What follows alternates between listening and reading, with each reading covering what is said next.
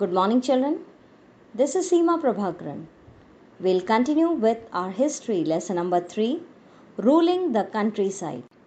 In our previous class, we talked about Ijadari system and permanent settlement chief features.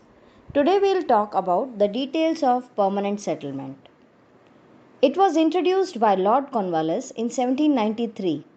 By the terms of the settlement, the Rajas and Talukdars were recognized as Zamindars.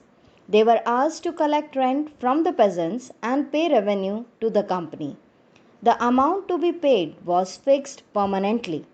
It was felt that this would ensure a regular flow of revenue and at the same time encourage the Zamindars to invest in improving the land. Since the revenue demand of the state would not be increased, the Zamindars would benefit from increased production from the land. Limitations of the system. The company officials fixed a very high rate of revenue. Anyone who failed to pay the revenue lost his zamindari. Numerous zamindaris were sold off at auction organized by the company. No zamindar showed any interest investing in the improvement of land. By the first decade of the 19th century, the situation changed.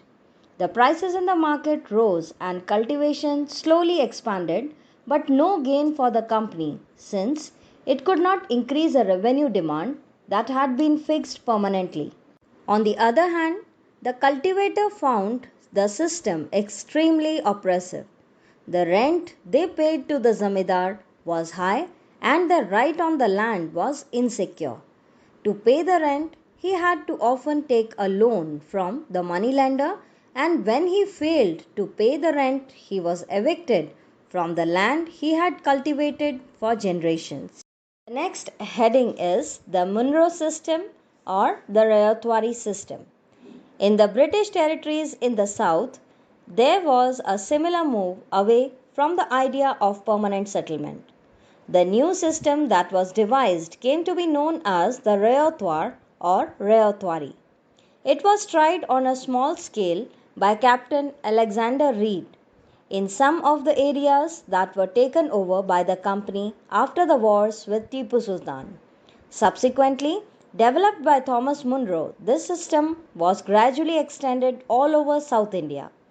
Reed and Munro felt that in the south there were no traditional zamindars. The settlement, they argued, had to be made directly with the cultivators, that is, ryots, who had tilled the land for generations. Their fields had to be carefully and separately surveyed before the revenue assessment was made. Munro thought that the British should act as paternal father figures, protecting the ryots under their charge. That's all for today's class. Thank you and have a nice day.